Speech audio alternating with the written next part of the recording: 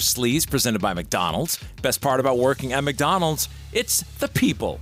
Yeah, they're trying to recreate Barbenheimer this weekend because Wicked is opening in Gladiator II, and they're calling it Glick-ed. Hold on, you did this story earlier, and now that I think about it, are you sure that they're not saying Glick-ed?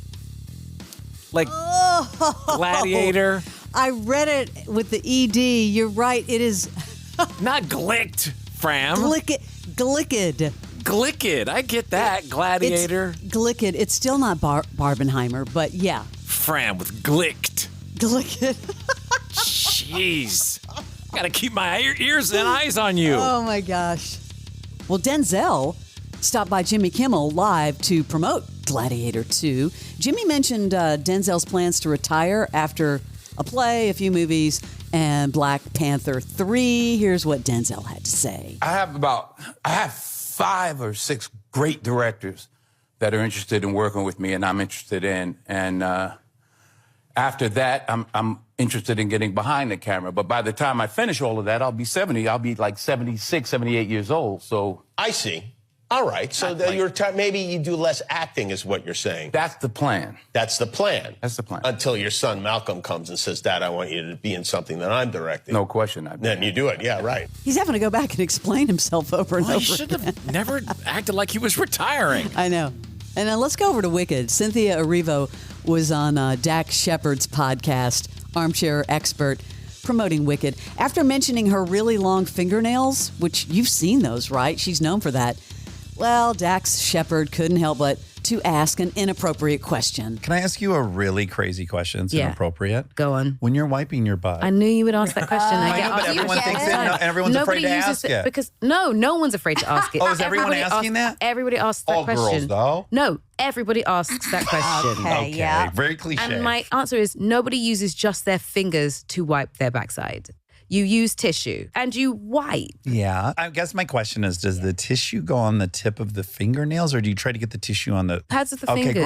Okay, great. We're getting somewhere. Yeah. And then, okay, what I would do if I were you is I would wrap I'd make a mitten. I fold. Now, are you offended by that question? Or are you like, I get it? Well, I get You're annoyed it. by it, I'm annoyed by understandably. it. I'm like, come on, guys. But I get it. But it's also like, I'm a functioning adult and I've never walked around smelling like, No one thinks that. In fact, everyone thinks you smell so good. It begs That's what the I'm question, saying. how are you wiping your tush? So everyone's asking that question. Everyone's asking that question. Wow, I kind of thought everyone would think that, but not be bold. No, people are bold. They I knew are. you could handle it. I knew you could People are hash it always out. like, how do you get anything done with those nails? And I'm like, I mean, I'm here. Yeah, I got here somehow. I'm dressed. I have always wondered that. They look like the Tostitos scoops, like tied to the end of your fingers. Like, I don't know how they're... Was that a little TMI for you? Well, Leslie brought that clip, by the way. That's not me, so FYI. But yeah, because Leslie brings all the poop discussions. I don't know if you saw this, but Jay Leno fell 60 feet off the side of a hill before a show in Pittsburgh. If you see the clip, and a lot of people, it's going around, he looks rough. One side of his face is black and blue. He's got an eye patch on. He's got a brace on his wrist, and he's missing a fingernail. I'm a little beat up. Oh my gosh.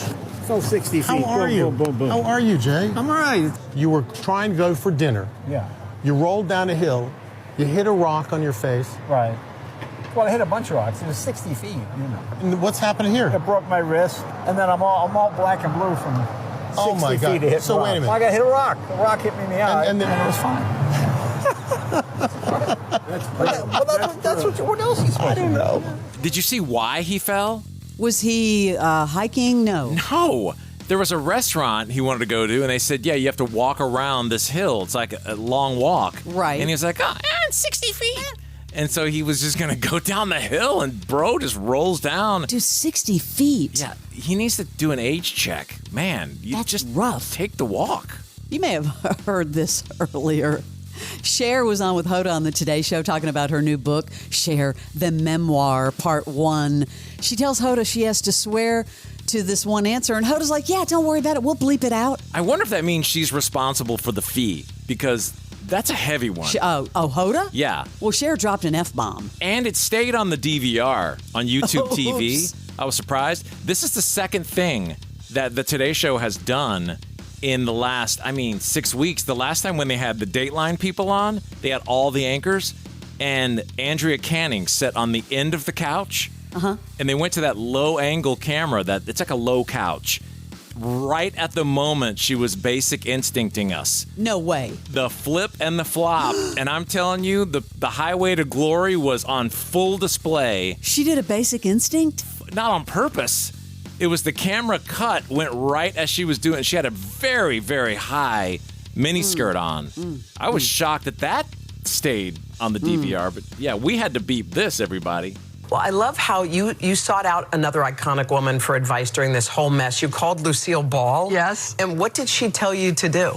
I can't say it on TV. Okay, we'll bleep it. Okay, but what so I said, Lucy, I'm calling you because to my knowledge, there's never been a situation besides mine except yours. Oh, a very public duo that was breaking up. Yeah, she left Desi. Yeah. And so she said, you're the one with the talent. Okay, we didn't have the 7 second, but we will get it in for the next feed. Okay, so well, you said I could. Okay, I should have bleeped it myself. Okay. Well, she makes what, $40 million a year, so she can afford the F. Yikes. Okay, so this is really interesting. You know, Jay Cutler, who used to be married to Kristin Cavallari. Yeah. You know, he got that DUI the other day. He's engaged. He got engaged to Samantha Robertson 2 years after his divorce.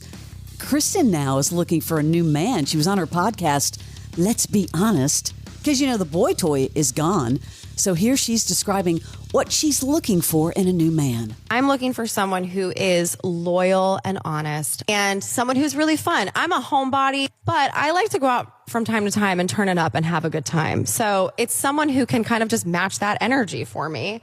And someone who's really grounded, who is always looking to improve, who is always wanting to learn and grow. I hope that I am learning and growing until the day that I die. And I hate people that are just complacent. I think it has to be someone who's kind of in the same phase of life as me, where I am not looking to grind anymore. I don't believe that. She seems like she'd be very difficult to keep up with. I mean, the guy was like, what, 23 that she dated? Yeah, she's got some energy. Love her, but... Yeah, I'm just saying it would be hard. Any man that's going to try and attempt that, it's going to be a lot of work. Guess who's getting some Oscar buzz? Jesse Eisenberg. He's got a new movie called A Real Pain.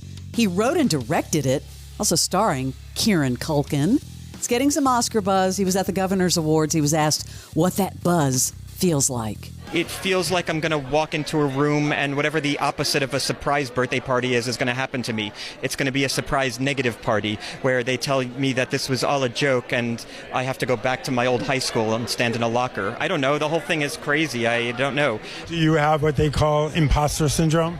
I don't know whatever the next level of imposter syndrome. I have like criminal syndrome. I'm not just an imposter, but I'm probably a criminal that this society must chase out with a torch. So I don't know. But, you know, I'm also, and then and simultaneously also very grateful. It's got criminal syndrome. What? he talks all over the place. It's kind of funny. That is your Celebrity Sleaze.